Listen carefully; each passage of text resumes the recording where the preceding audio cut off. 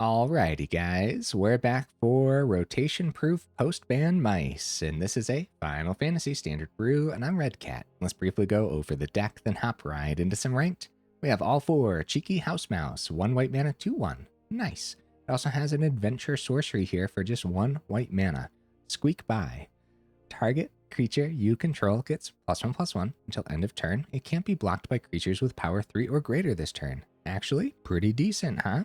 We have 4 Flowerfoot Swordmaster, 1 white mana, 1/2 with Offspring for 2. It has Valiant, so whenever this creature becomes the target of a spell or ability you control for the first time each turn, mice you control get +1/+0 until end of turn. Honestly, pretty decent, huh? Now we have 3 Zack Fairs, the best of all the mice in here, right? No, it's just a human soldier, but still, Zack is pretty cool. 1 white mana, 0/1, enters with a +1/+1 counter on it. Then for 1 mana, you can sacrifice Zack. Target creature you control gains indestructible until end of turn. So that's a pretty neat way to go ahead and target one of your Valiant mice. Or protect an important creature, right? And then also, you put Zack Fair's counters on that creature and attach an equipment that was attached to Zack to that creature as well. So yeah, we'll see how much this does today. Now we do have an equipment theme going on in here. We have 4 Coral Swords. Excuse me, guys.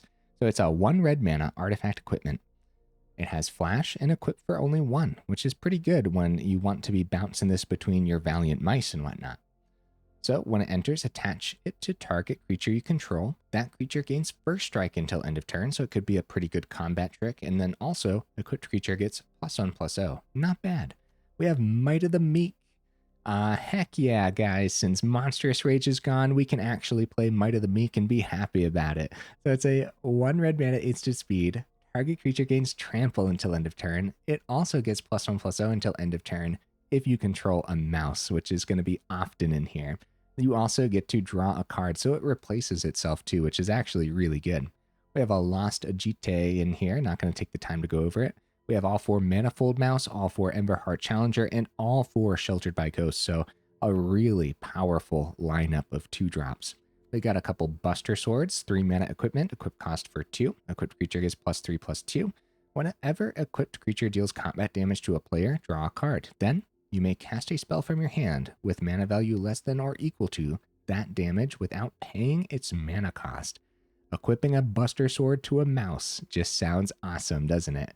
Now we have a couple Mabel, Heir of Cragflame here. So this is a 3 mana 3/3. Other mice you control get +1/+1. When Mabel enters, create Cragflame, a legendary colorless equipment artifact token with equipped creature gets +1/+1, has vigilance, trample, and haste. The equip cost is 2. Yeah. Yeah, again, since Heartfire Hero's gone and whatnot, we actually get to try a really cool version of mice here that actually care about the mice rather than caring about just hyper aggro, right? So we have a couple Kellan the Fae-Blooded as well.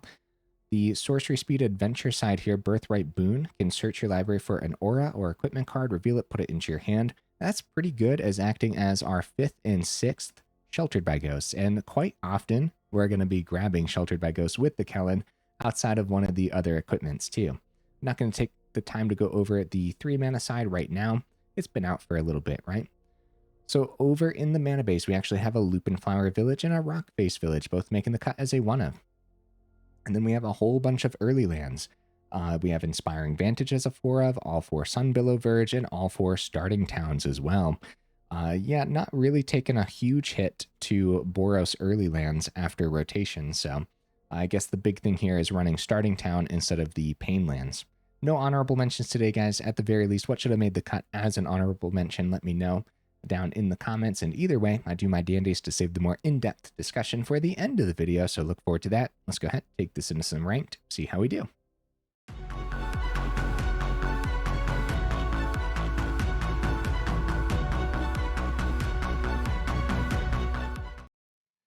All right, we'll see if we can get right into that first game. In the meantime, what am I expecting from the build?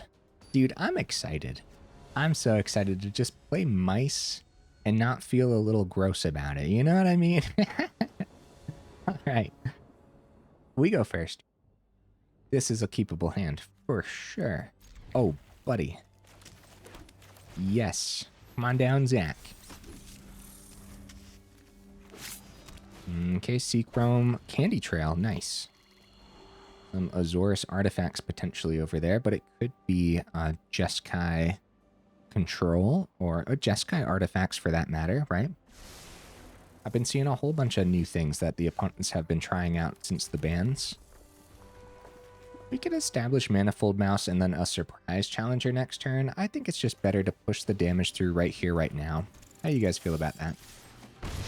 It's more like a surprise Manifold Mouse than next turn instead. Okay, 2 mana open. Probably removal. We could establish Buster Sword.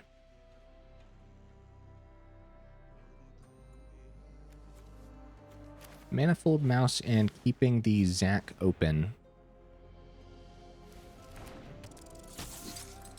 Then wherever this removal lands, we can protect with Zack, hopefully, unless it's exile removal, right? And if we don't use Zack, we might use Might of the Meek. So double strike, of course. Swing. I always double check Zack. You do not have to tap Zack. We could risk the Might of the Meek. We won't have one open for Zack. I guess. I don't know. I don't know, man. If it, I mean, it's landing, so that's good news. Worth the risk all of a sudden, but it really, I don't know. That could have been pretty bad, right? Like, we could have really fizzled out there if they popped the Challenger with a Get Lost. We would have lost Challenger and the Might of the Meek. Might of the Meek wouldn't have replaced itself or anything, so... Simulacrum Synthesizer. Alright. A Buster Sword. We're not quite there yet. We don't have 11. The second Buster Sword was actually pretty bad overall. We could Offspring the Swordmaster. We might run into a board wipe. Temporary lockdown. Usually what Synthesizer runs, right? Well, maybe not. We just go Buster Sword before combat. Prowess, then double strike. We get 8 through this turn. But we also could have just... Okay, we find mana. Double strike, of course. Full swing. We're probably in danger, guys. We're probably in danger here. We'll see. We'll see what they do with the... Okay, United Battlefront. Yeah, I think we're in danger. If they find removal off the battlefront, especially, like Careless Snare, a Braided Net can tap down 2 creatures here. And they get 2 5/5s. Oh, wow. Really good draw off the top. Holy cow, dude. Well, what do we take, though? Where do we put the Sheltered by Ghost, guys? So Zack gives Indestructible, does not give Hexproof or anything, right? So they're going to tap down the Challenger. We still want to find more off the top with the Challenger anyways. Taking a Braided Net just on the stack, they just go Braided Net regardless, right? So maybe putting it on Manifold Mouse would have made more sense. We can still... Okay, they are going to tap the Manifold Mouse too. Okay, so if we... Buster Sword does not give... I'm sorry, guys. I'm sorry, opponent, actually. I'm thinking, buddy. Buster Sword doesn't give Trample or anything. 2 Braided Nets. They still trade into the Zack, and they're probably still pretty happy about that. Well, they're actually forced into a trade with Zack if we take the Construct. One tap. Okay. I'll take the Synthesizer, I guess. And what we're going to do for the turn then is we're just going to go wide since we saw land off the Challenger. How do you guys feel about all that? Kind of a mess. The double Braided Nets was wild business. Of course, it doesn't really matter what we select here off the Manifold Mouse, and then we go no attacks. Tough decisions, man. Really tough decisions. The big thing is trying to take out... Okay, they do pay the extra 2 for the Challenger here. They get the Synthesizer back, but that means no extra constructs. So going wide, that keeps them at 2 constructs on the board. They scry 2, but they tapped out. So I guess they got 2 on top. Okay, it's tapped mana. Great news, right? Because now the big thing here is we're swinging wide, and the Swordmasters are going to get us there. So we can go Buster Sword onto Swordmaster, boosting our mice. Oh, the braided nets. I keep overlooking those. Yeah, they're going to tap down 2 creatures. So we're still going to have a rough time getting this damage through. Tap down the Manifold Mouse. We can still spend 2. Put the Buster Sword over here.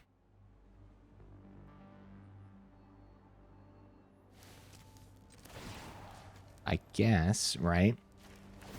And then we can give double strike, because the trample doesn't do much. They still trade into that regardless.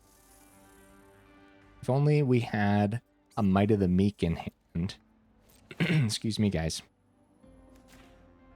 So, no matter what, they're forced to block it. Double strike keeps the mouse around. Trample could keep the mouse around if we pop the Zack, which we don't want to do. We want to keep going wide, but we have a Zack in hand. I guess it doesn't really matter. So I guess I'll just go trample.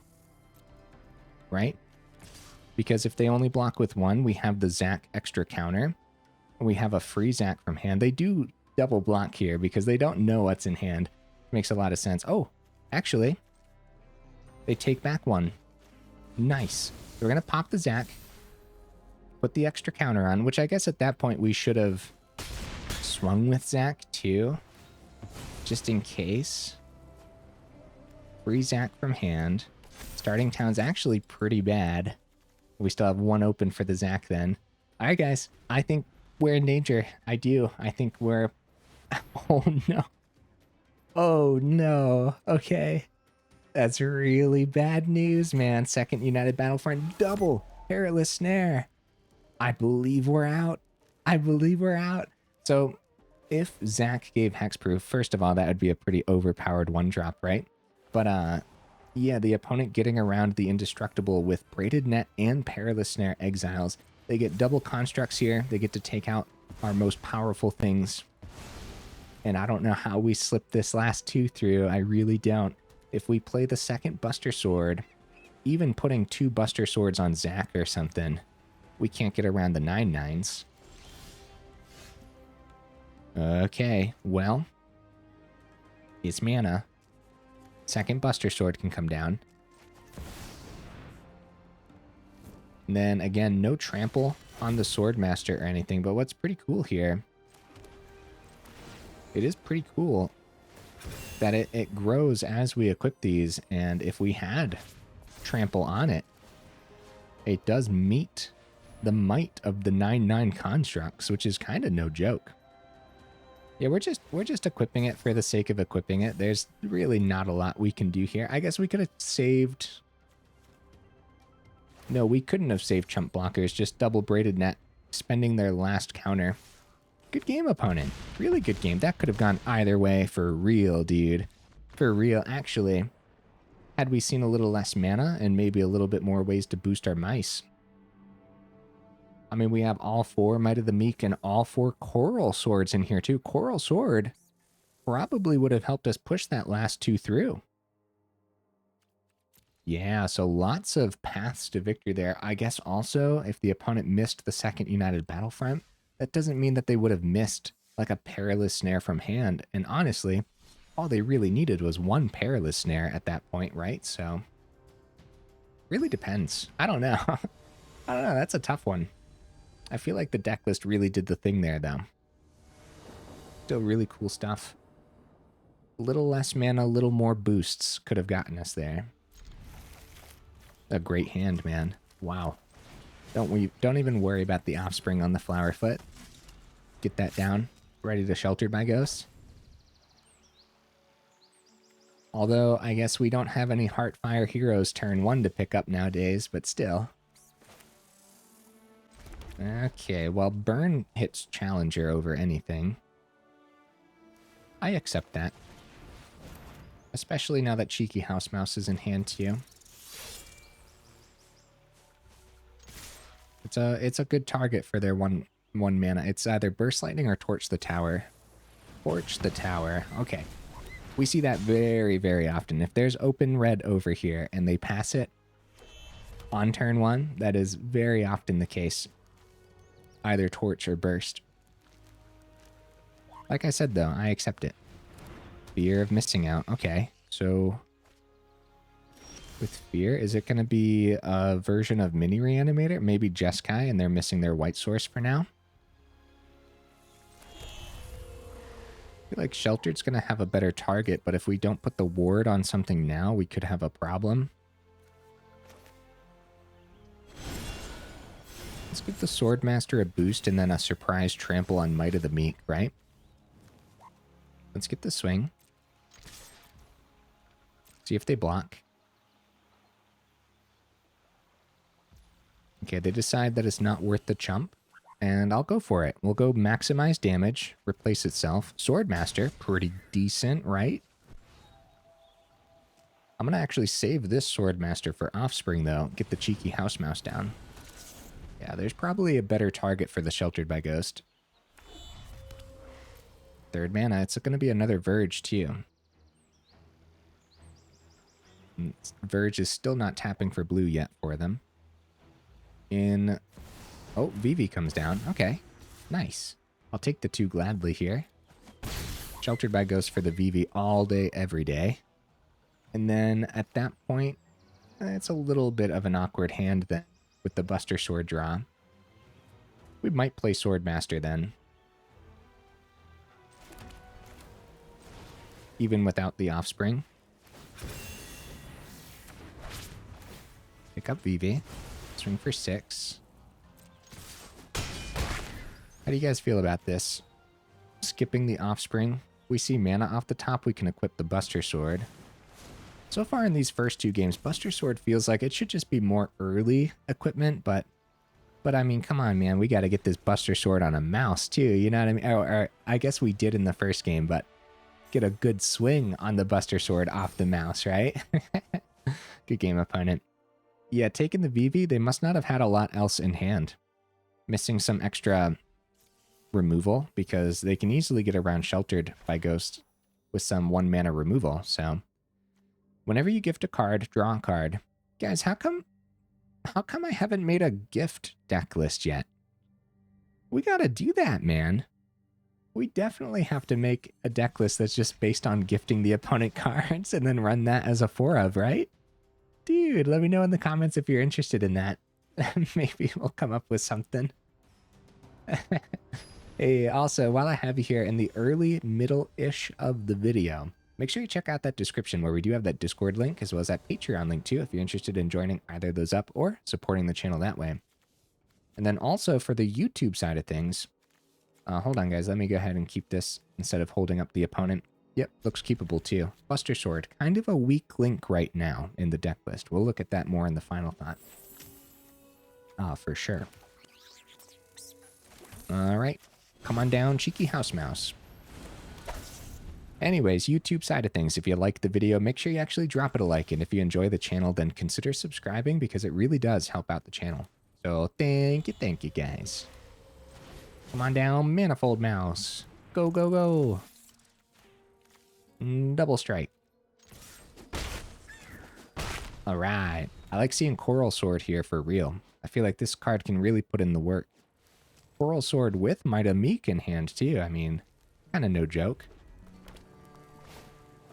Fear of missing out. Huh. Trade out a starting town.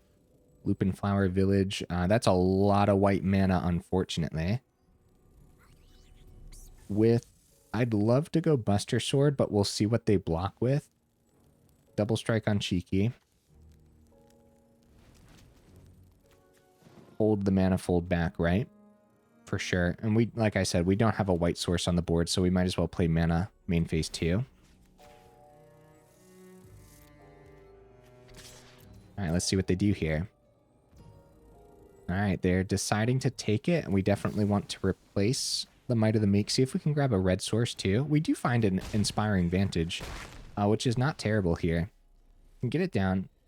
That's our second red source now if we see like another Might of the Meek or something and actually want to do 2 combat tricks on the same turn. 5 mana though total's a little sketchy. We might actually use the Lupinflower Village ability, sacrifice it, and try to find more mice too. 3rd mana from the opponent. Also at 5, I guess on turn 5 we could go Buster Sword and equip it on the same turn, but which would be much better if we actually kept the way to give trample in hand, but I just feel like trading it out, maximizing damage. That 1 mana card ended up being an extra damage thanks to the double strike. Oh, this is Gruul Delirium, guys. Oh, holy cow. Gruul Delirium really knows how to slam damage through, so we got to be a little careful here. I guess it could be just Gruul Graveyards, but with fear of missing out, at some point in the deck list, they have enough to give Delirium, right? So we got to count it as Gruul Delirium.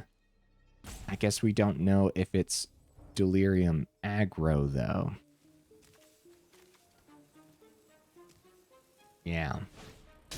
Wildfire. All right, now we know. All right. Coral Sword's a great combat trick here to pop the Wildfire, and I think they might actually take that risk. They don't know what's in hand. Sheltered by Ghost would be pretty good this game, too. Nope, they are passing it back. Okay. Cheeky House Mouse. So Lupinflower can come down. It's 2 and a tap for that. I probably still want to get the creature down, though. Lupinflower can come down next turn, I suppose. No, we can still play this and not have anything held up here. They're at 9. I mean, if we go +1 on the Manifold, they can still block with Fear, and that still might be a good Coral target, but I'd rather Coral on the Cheeky. Maybe try to push the Cheeky House Mouse a little bit further here, right? Let's see what we can get done, and see if we need to use the Coral Sword. Yeah, they can chump very easily with the Rebel Belt Maverick, but they don't know if we have another Might of the Meek in hand, so they probably want to chump with even more to make sure they don't die this turn. Or they could call our bluff, and they could call it quite successfully. A chump with the Maverick is no joke. If they do any of that, then Buster Sword can get established for the turn. Okay. They chump. I'd say it's not terrible for us. Getting the Cheeky House Mouse down might be a little better. We could still keep Coral Sword open for their turn, maybe. Going wide, or just establishing a Buster Sword. Okay, I'll go wide, since we don't have any ways to give trample. Am I missing Monstrous Rage right now? No, not really. Breakout. All right, let's see if they hit something good here. That is an excellent sorcery to have in your Gruul Delirium deck list. They do find a Wildfire. Now they're 1 away from Delirium in a very scary board state. I'm going to be happy that I kept this Coral Sword open, I think. Now, even once they find Delirium, the Wildfires just get +1/+1. And so the first strike on the Coral Sword works really well with the Cheeky House Mouse. Holy cow, guys. A 3rd Wildfire. We are in danger. I mean, they're not going to hold them all back, right? Right, they're holding them all back, guys. Holy cow. More mana too. Ah, crap. Very tempted by the Lupinflower Village, but we might as well equip Buster Sword for the turn. At least swing with one of the Wildfire, or swing with one of the Cheeky House Mouse. I mean, we're there's a real chance that we could die next turn if they keep this up. If we're not careful, and I really don't want to lose the Manifold Mouse too. If we're forced into a chump or something. We go Buster Sword onto the mouse. They'd have to do some serious blocks on a double block on the mouse. Well, they're all mice. You guys know what I'm saying. We're gonna go onto the cheeky house mouse though. And trample would be good too. But forcing a block. And the other house mouse, they have a really good block here. Yeah, forcing a block, that finishes their delirium, however, which is one of the reasons why I said we could seriously die this turn. But we still have 2 chump blockers, potentially. We could double block the fear of missing out. They take out the Manifold Mouse, though.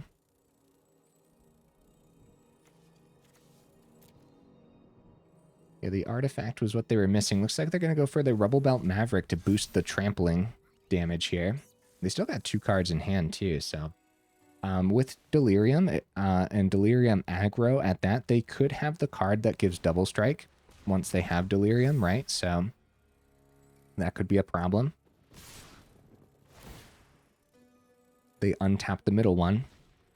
I'll tell you what. 10 here. Since it's untapped, they don't have to go for the swing, so we might not win on the backswing by any means.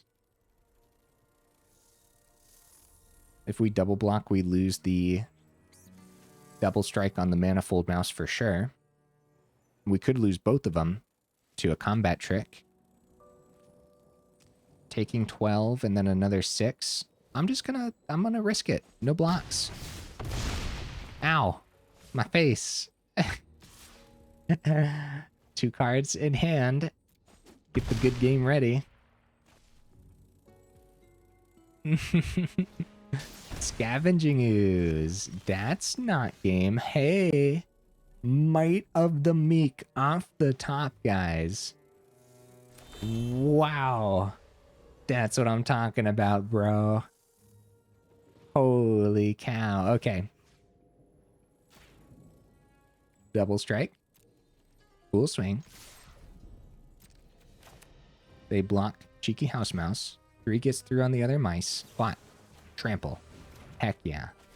Coral Sword? Why not? Why not, right? Onto the big old chunky Cheeky House Mouse. Good game, opponent. Absolutely. Get the fancy pants, GG. Oh, wow. Free Manifold Mouse. Wow. That's fancy. That's fancy. Because we obviously had the 2 to pay for the offspring, too. Cool. Keep the ball rolling, I guess. We probably would have lost if we missed the trample that game, so anyone's game, it was a really good one. An excellent top deck. Is there anything else that we could have seen that could have actually helped us push the 7 through, guys? Because no matter what, they had Scavenger for the chump block. Yeah, taking all the damage and then trying to win on the backswing was probably the best thing we could have done, because if they missed the chump blocker, we could have won on the backswing without trample. Good stuff. I'm actually tempted by the offspring on the Flowerfoot. But I think that's still our turn 1 play. Save the Cheeky House Mouse adventure to get as much value out of our turn 2 as possible. Undercity Sewers, Coral Sword, nice. So swing for 3. And they're tapped out, so we might as well play this before combat. Alright, cool stuff, man. Mabel is excellent here. Both of the villages, only one of each for a good reason, because you don't want them to hold this up too often. They actually go for the throat R2-1. So, Plains is fine, but we might as well go Rockface. Mabel, come on down. Boost the Swordmaster. Mabel probably bites the dust. Since they were so hasty with the go for the throat, that just means they have more spot removal in hand, right? Go for the throat number 2. But at least we get the Cragflame out of that. which is actually really good. Might of the Meek before combat is probably fine. Might of the Meek right now since they're tapped out, because we could find something that we want to play out of hand. Vantage is also okay to establish on the board. All right, down to 11. We have fizzled out of creatures. If they remove the Sword Master, then we're probably going to need to pop the Lupinflower Village. It's all cut down. Uh-oh, cut down still hits it too, being only a 2/3. Duress picks up a Coral Sword. Mouse off the top would be excellent. It is. It's going to be a mouse off the top, guys. Really good. And it's the Offspring one, too. I mean, that's just so good, man. Offspring versus single spot removal. Well, they both have a pretty big target on its back. I'll go on to the token here. Down to 8. Yeah, that was a really good draw. GG opponent. Wow. Wow, guys. So if we missed the mouse, see, we would have had to take the turn to find a mouse off the Lupinflower Village. Sweet. 31 minutes in. Let's get one more game. I think we could end on a high note. And if we don't end on a high note, who cares? We totally did the thing. Mice without Heartfire Hero and Monstrous Rage. This is nice. Isn't this nice, guys? This feels okay. Because we still got some power packed in, but it's also not like an unfair amount of everything. Triple Verge, guys. Alright, we should mulligan. No red source, no guaranteed red source. We could go 10 turns without a red source here, so... Other than that, I like the hand. Ooh, I think it just got a little better. Our red source is starting town. I'm going to keep the 3 for the Mabel when it comes time too. I guess we ditch the... Oh, wait. Huh. For some reason, I thought I had a 1-drop mouse in hand. Oh, maybe this isn't as good as I was thinking. Alright, well, we'll save the 1-mana Lost Jitte then. I'll send the Sunbillow Verge. That's a tough decision, though, for real. Might of the Meek. Okay, starting town, Lost Jitte. Need to find that 3rd on time for sure, but any creature off the top would be excellent. Okay, mana's fine too. Yep, mana or creature. Very nice. Get ready for the Mabel. Creature the Schism. Unfortunately, we haven't been able to... Maybe I trade out one of the mites. Probably not, though. Probably only last ditch effort type thing. Mabel over Kellan, right? Mabel dies, sure, but Kellan helps us grab things out of the deck list too. At least when Mabel enters, we get the Cragflame.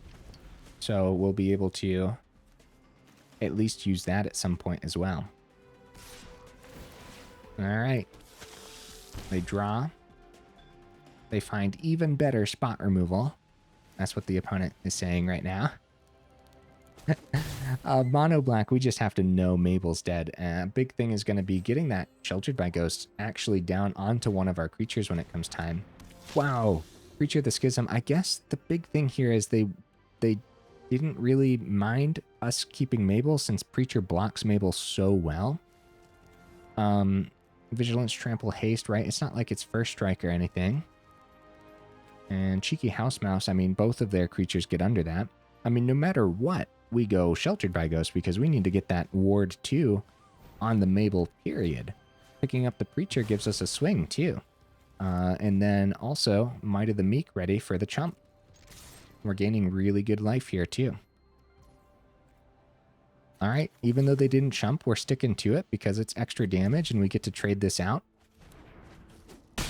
And trading out to find more creatures is excellent business, man.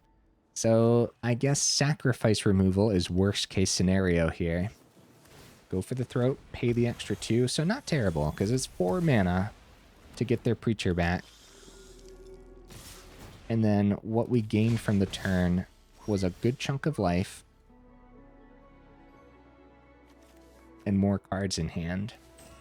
So Kellan, of course, can find another Sheltered by Ghosts when it comes time, which will be good, but only 1 piece of spot removal out of the opponent's deck list so far, which leaves about 15 more pieces of spot removal, right? And since they have the 4th mana now, thinking opponent, I think we go wide.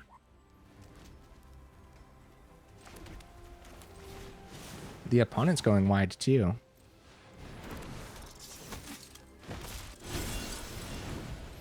Yeah. This gives us the highest chance of keeping a creature on the board, getting ready for the Sheltered by Ghosts off the Kellan adventure, right? That makes the most sense to me. Duress takes the Might of the Meek out of the equation, which is actually just really good, isn't it? Especially with the Swordmaster on the board. They do swing with the Preacher of the Schisms. We have a triple block. Huh, guys? Okay. Okay. They have 4/1/1 vampires. Preacher of the Schism running away with this game. Okay, Revenant. Cheeky House Mouse isn't bad. I'm pretty sure we stick to it though. Kellan, Sheltered by Ghost, grab the Revenant. Actually get a swing.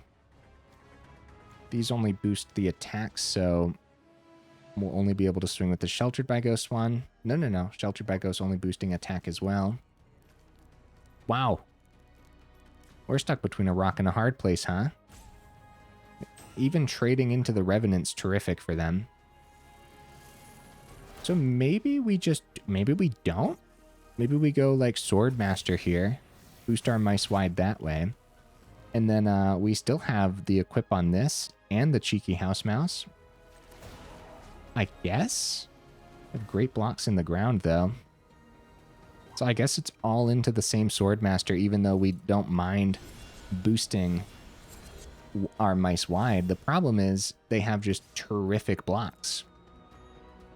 So if they quadruple block with the vampires, at least it's a quadruple block, right?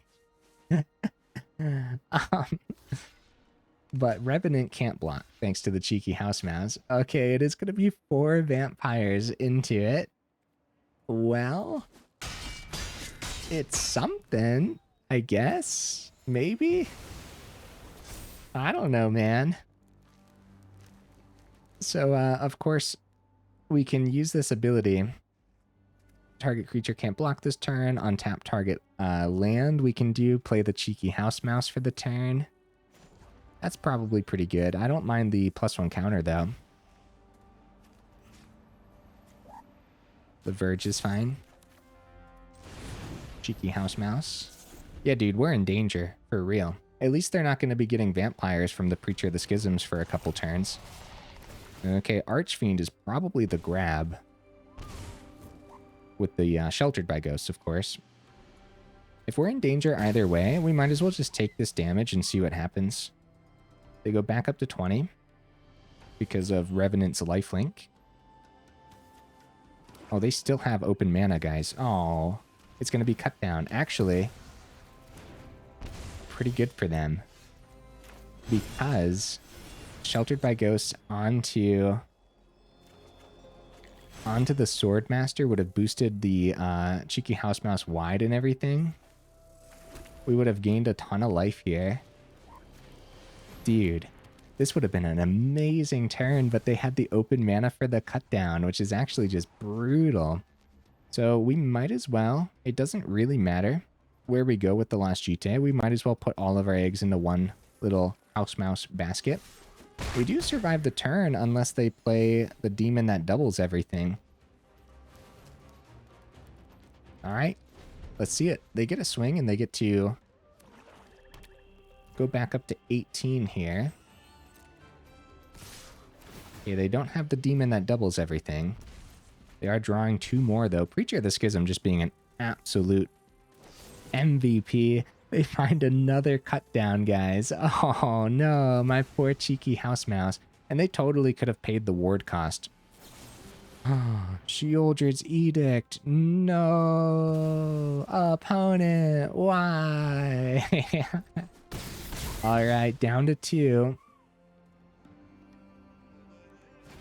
It's a deep cavern bat to take. No, Kellan's chilling in exile. Okay, good. Excellent. Excellent business. All right, guys. All we got to do is find 16 damage off the top. Easy enough, right? Oh, Zack could have been good this game. Wow, that's good. That's pretty good, man. Well, Kellan gets haste and vigilance and all that fun stuff. And I suppose has double strike too. I suppose we can go untap target land. And then equip the Lost Jitte as well. It is other creatures, and they still have a great block with the Archfiend, and then they win that way without taking extra damage, but still. Oh, wow. Look at that. Look at that. Actually, we could have taken Archfiend out of the blocking equation. That also could have been pretty good. Huh. Yeah. That could have been pretty good. Either way, we're going to untap a land. Oh, we lose 2 from the Archfiend, but I wanted to play Zack. No, Archfiend, why?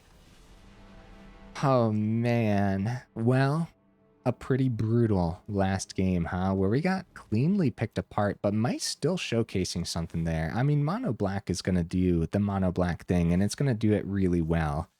So we can't complain too much. We know what's coming most of the time when playing against Mono Black. We know that there's a lot of spot removal. We know that there's a lot of value creatures. They didn't even play Sheoldred that game, guys. They were also missing the other demon cards, Unholy Annex and all that fun stuff. Was probably chilling in the opponent's deck list. Here's the deck list again. Post-ban and rotation proof. Let's go. Now, rotation proof, most of the deck lists that I'll be posting this month, since we're so close to rotation, most of them are going to be rotation proof. And then the very small percentage that aren't rotation proof is just going to be us playing with cards that we're genuinely going to miss. I was going to give some examples, but no spoilers. No spoilers allowed. Anyways, guys, yeah, so rotation proof. I mean, if it actually was rotated already, there was just a lot of problem cards that we're not going to have to deal with anymore, man. Cutdown has been like the absolute worst card since it was released. For me, the type of deck list that I play, right? It's just horrible. I cannot wait for Cutdown to be gone. And I'm really hoping they don't like print a similar card in the next set too. I would cry a little bit. But anyways, yeah, once Cutdown's gone, boy, that opens up the possibility of actually playing some really cool 4-drops and not worrying about the opponent just spending 1 mana to remove it and stuff. There's also like Anoint with Affliction. That's another card that, again, the type of deck list that I like to play, Anoint with Affliction just exiles everything in those deck lists.